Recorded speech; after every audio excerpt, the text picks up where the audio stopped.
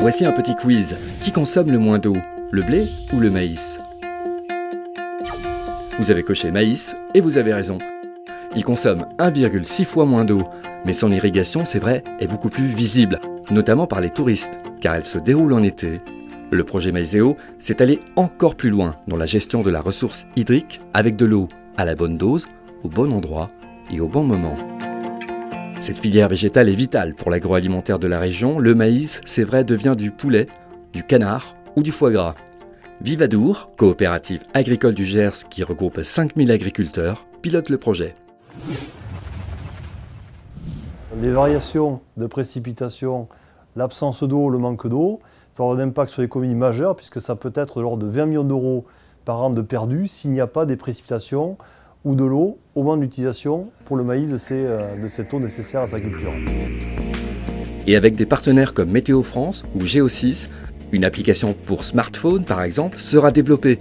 Elle déterminera la quantité d'eau exacte nécessaire pour chaque parcelle.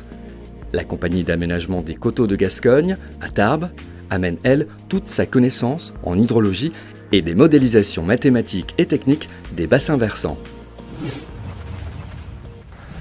Aujourd'hui, je pense qu'il est faux de parler de pénurie d'eau. Ce qui est vrai, par contre, c'est que le réchauffement climatique amène des à-coups très forts au niveau des pluviométries. On a des pluies très fortes comme cet hiver, avec des sécheresses plus ou moins fortes l'été. Aujourd'hui, ce qu'il faut, c'est gérer intelligemment l'eau et surtout lutter contre le gaspillage. Et le projet Maizeo permet de lutter contre le gaspillage de l'eau. Parmi les autres partenaires, le semencier Pioneer. Sa mission, sélectionner des variétés de maïs adaptées au territoire.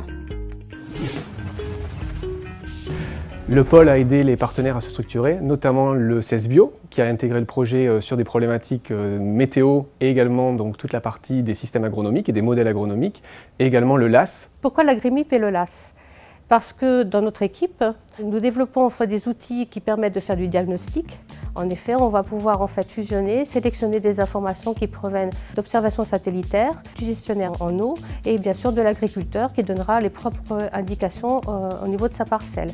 Les enjeux du projet Maizeo par rapport aux thématiques importantes du pôle de compétitivité, donc c'est une première thématique qui est la recherche de variétés végétales productives sous contrainte.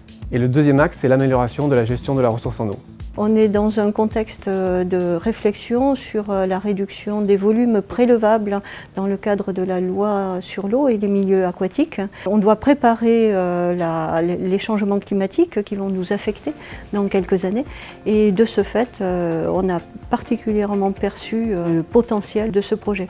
C'est pour ça que les collectivités, l'État au travers du FUI, mais aussi l'Agence de l'eau Adour-Garonne ont décidé de l'accompagner à hauteur de 1,5 million environ, sur un coût total de 4 millions d'euros. On attend impatiemment les résultats et on est confiant. Maizeo a été colabellisé par le pôle eau en avril 2012 et financé dans le cadre du 14e appel à projet du Fonds unique interministériel. Et le programme de recherche Maizeo va durer 4 années, avec bien sûr un suivi particulier et des bilans d'étape.